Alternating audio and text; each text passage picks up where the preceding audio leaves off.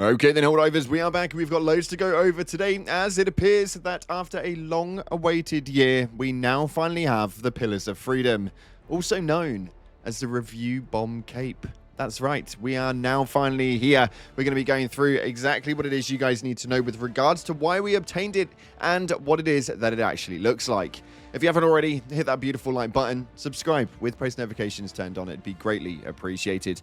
And make sure, if you want to get involved with that giveaway, put a blue or a red love heart in the comment section below, and it'll enter you in. We'll announce it in just a few days for your top bundle of super credits. Let's dive into the game and see what it is that's happening with the Review Bomb Cape. Well, it's been a very, very long time coming. After we are looking back in May last year, we are now over a year from the point, and we receive a tweet right here from the Helldivers Twitter page stating, "Commemorative cape issued. In honor of the unquestioning commitment to the defense of managed democracy, the Helldivers have been awarded a commemorative cape. The new uniform piece will be available in all Super Destroyer armories as soon as the rollout is complete. This cape will be awarded to all existing players.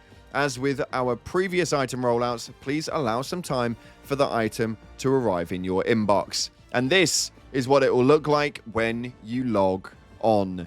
Yes, this is the Pillars of Freedom, also known as the Review Bomb Cape. For me personally, the design is relatively nice, although I'm not 100% sold on it. Was kind of hoping for something relatively closer to what we saw in the concepts, but it is absolutely incredible that we can actually look at this and live what it was that happened over a year ago. The Pillar of Freedom's description states that the woven in honor of our loyal Helldivers, whose heart's blood is the foundation of which Super Earth is built. Now, this is 110% true. Helldivers was a lot more popular way before this whole thing actually stemmed out, and in May last year, we actually had the Helldivers 2 is being review bombed after a big player account change. As Helldivers 2 sadly was getting a bad review bomb, as Sony announced that all players of the co-op shooter needed to link their PlayStation accounts to their Steam accounts, meaning that all PC players then got pissed. They didn't want to connect in with PlayStation in any way, shape, or form, and point blank refused to do so, leading to the point where they were not able to play if it was not linked. This led to a very, very aggressive movement coming from the review bomb basis. As you can see in this screenshot right here, just a couple of days went by and 221,000 negative reviews were stemmed.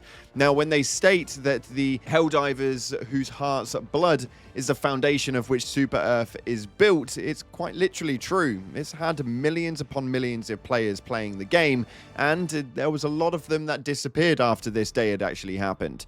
Sony set through a region lock, which essentially locked out 180 odd countries from being able to play the game without this basis, and then they just pretty much retracted it all back about a couple of weeks ago now. So that essentially means that a whole year, half of the world were not able to actually play it, and that was what caused a massive problem. Anyhow, that's what gave us the big negative review bomb way back in May 2024. And from that point forward, it became a little bit of a trend to actually be talking about it, wondering where it is that we'll actually get a cape to remember such an iconic part of Helldivers lore.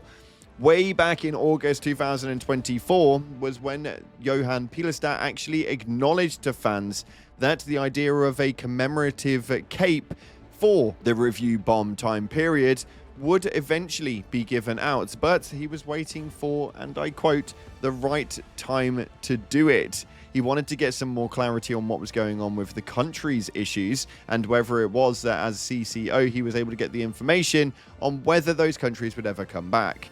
This has been a running trend now for quite some time, and it just didn't seem to end there, as people drew up concepts such as this one right here, where the long-awaited review bomb cape gets teased once more as Sony rolls back controversial region lock. A cape to celebrate is in order, and it did happen.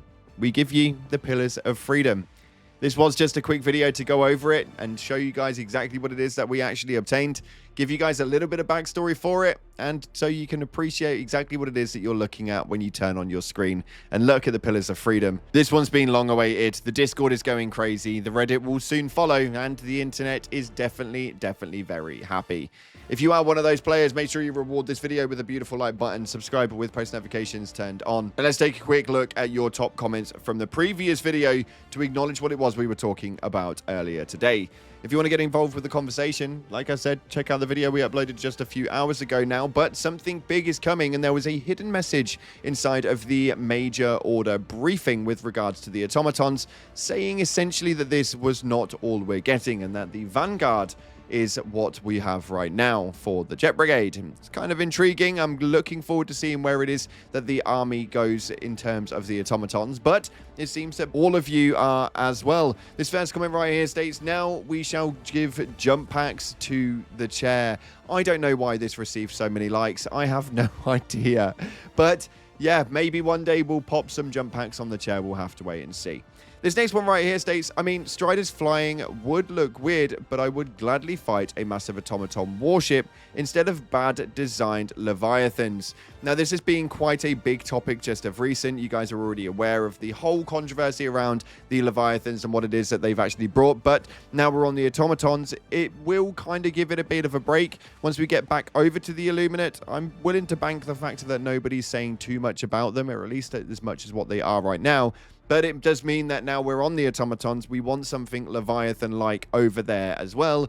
And again, the likelihood is once we get to the bugs, we're going to want it over there as well. So we're really hoping for some new enemy types alongside it. And hopefully it's done a little bit better than the Leviathan because, well, yeah, it's just not gone down too well recently, has it? And this final comment states right here, I've been finding the automaton Jet Brigade have been clipping through the ground, especially on tower defense missions after the jetpacking land on certain surfaces such like the Illuminate. I watch a full Hulk come flying towards me and ultimately just vanish. This is a problem that I've been seeing just recently, and it's only really been with the Hulks. I haven't seen it with the Devastators and that just at the moment, but the Hulks have been clipping through surface area, and I actually had at some stages of today some Hulks just standing inside of mountainized points, being able to shoot out of the other side. Now, I don't know if you understand how difficult that is to navigate and be able to drag them out, but it's just not a load of fun. So hopefully they work on the clipping.